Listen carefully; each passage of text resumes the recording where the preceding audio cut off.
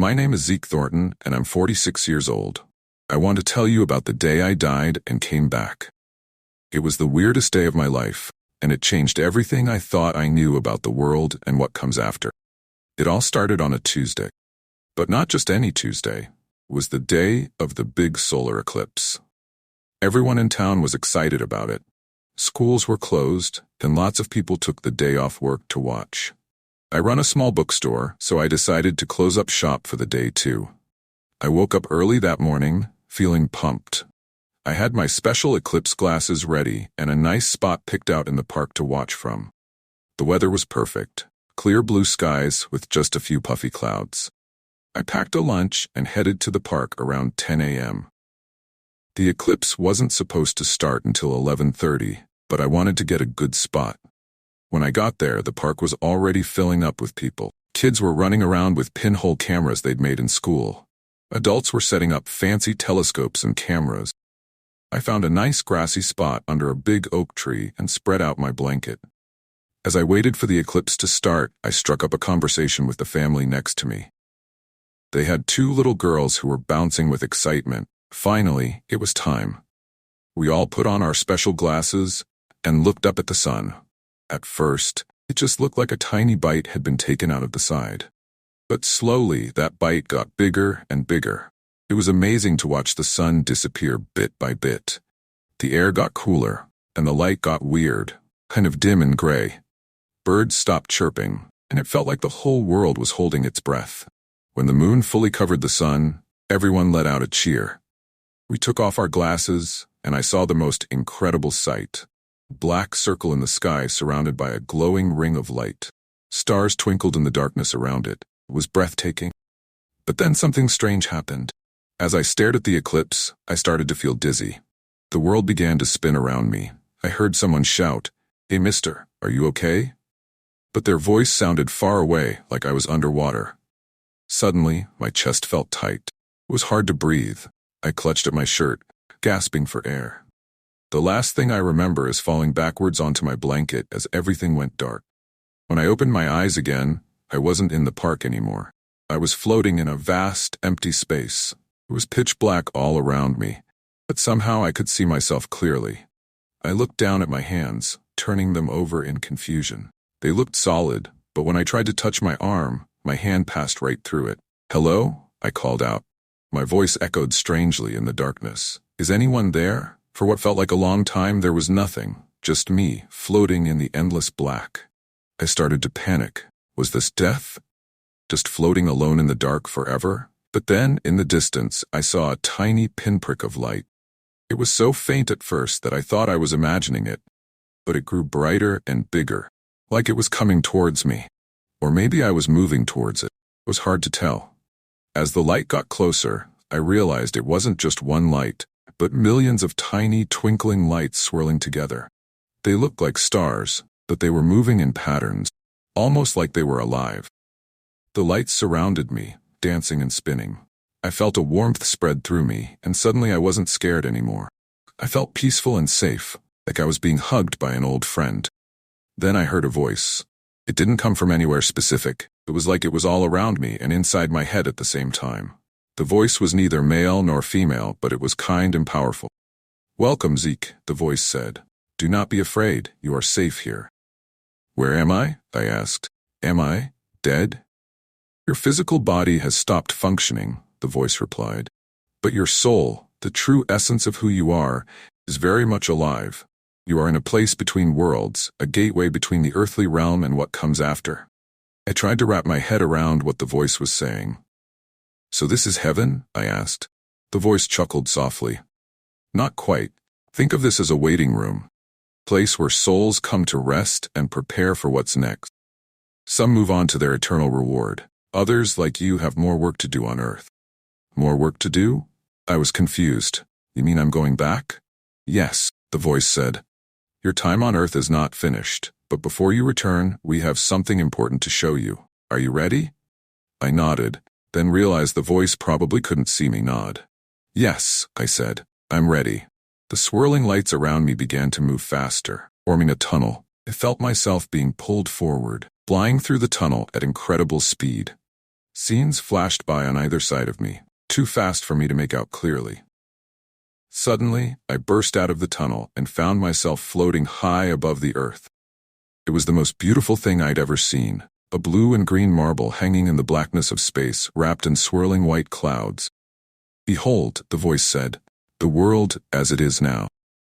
As I watched, the earth began to change. I saw cities grow larger, spreading out across the land. Forests shrank and deserts expanded. The oceans rose, swallowing up coastlines. I saw storms bigger than any I'd ever imagined tearing across whole continents. "What's happening?" I asked, my voice shaking. "You are seeing the future," the voice replied. "The world as it will be if humanity continues on its current path. Watch closely." The changes sped up. I saw wars breaking out all over the globe, fought with weapons that could level entire cities. Millions of people fled their homes, searching for safe places to live.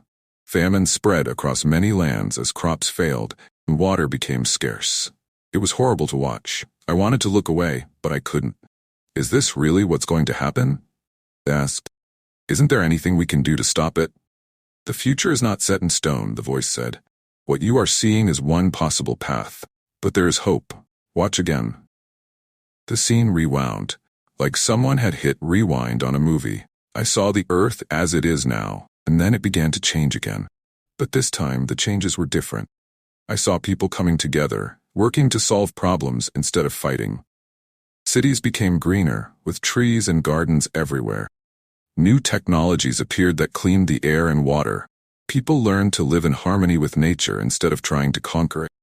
There were still challenges, storms and droughts and other natural disasters.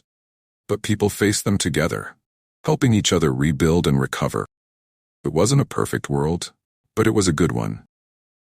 A world of hope and kindness and love. "This is the world as it could be," voice said. "Future where humanity chooses wisdom and compassion over greed and fear. But achieving this future will not be easy. Will require great effort and sacrifice from many people." "What can I do?" I asked. "I'm just one person. How can I help make this better future happen?" "You have been chosen for a special purpose, Zeke," voice said.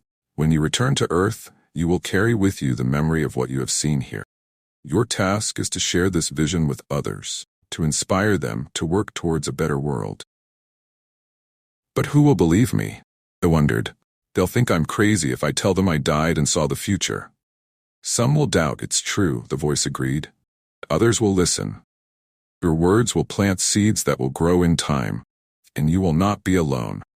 There are others like you, all around the world, who have been given similar visions. Together, you will help guide humanity towards a brighter future." I felt overwhelmed by the responsibility. "I don't know if I'm strong enough for this," I admitted. The voice spoke gently. "You are stronger than you know, Zeke, and you will be given the strength you need for the task ahead. Have faith, and remember what you have seen here." The scene around me began to fade. The earth disappeared, and I found myself back in the swirling lights. "It is time for you to return," the voice said. "Remember, Zeke, remember and have hope." The lights began to spin faster and faster around me. I felt myself being pulled down, down, down, and then, with a gasp, I opened my eyes. I was lying on my back in the park, staring up at the sky. The eclipse was over, and the sun was shining brightly again. People were crowded around me, looking worried. "He's awake," someone shouted. "All off the ambulance." I sat up slowly, my head spinning. "What happened?" I asked. A woman knelt beside me. "You collapsed during the eclipse," she explained. "You weren't breathing. We thought you were gone. Then you just started breathing again. It's a miracle." As I listened to her, memories of what I'd seen came flooding back. The lights, the voice, the visions of the future, both the scary one and the hopeful one.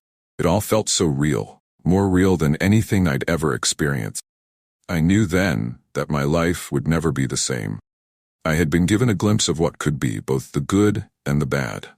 And I had been given a mission, to share what I'd seen and help guide the world towards a better future. It wouldn't be easy. I knew that. Some people would think I was crazy. Others wouldn't want to hear what I had to say. But I also knew I had to try. Future I'd seen, the good future, the one filled with hope and love, was too important to give up on. As the paramedics checked me over, They insisted, even though I said I felt fine. I made a promise to myself. I would tell my story to anyone who would listen. I would work to make the world a little bit better every day. And I would never, ever forget what I had seen on the day I died and came back. Future is coming, whether we're ready for it or not. But we have the power to shape that future. We can choose what kind of world we want to live in. And after what I saw, I know which future I'm fighting for. So that's my story. The day I died, saw the future, and came back with a mission. It's a lot to take in, I know. But I hope that by sharing it, I can help others see the importance of the choices we make today. Because those choices will shape the world of tomorrow. And let me tell you, based on what I saw, tomorrow is going to be more incredible than any of us can imagine, if we work together to make it that way. You've just heard Zeke's incredible journey beyond death and back. If his story moved you and you want to hear more mind-blowing experiences like this, don't wait. Hit that like button now, subscribe to our channel, and turn on notifications. You won't want to miss our next video. It could change how you see the world forever.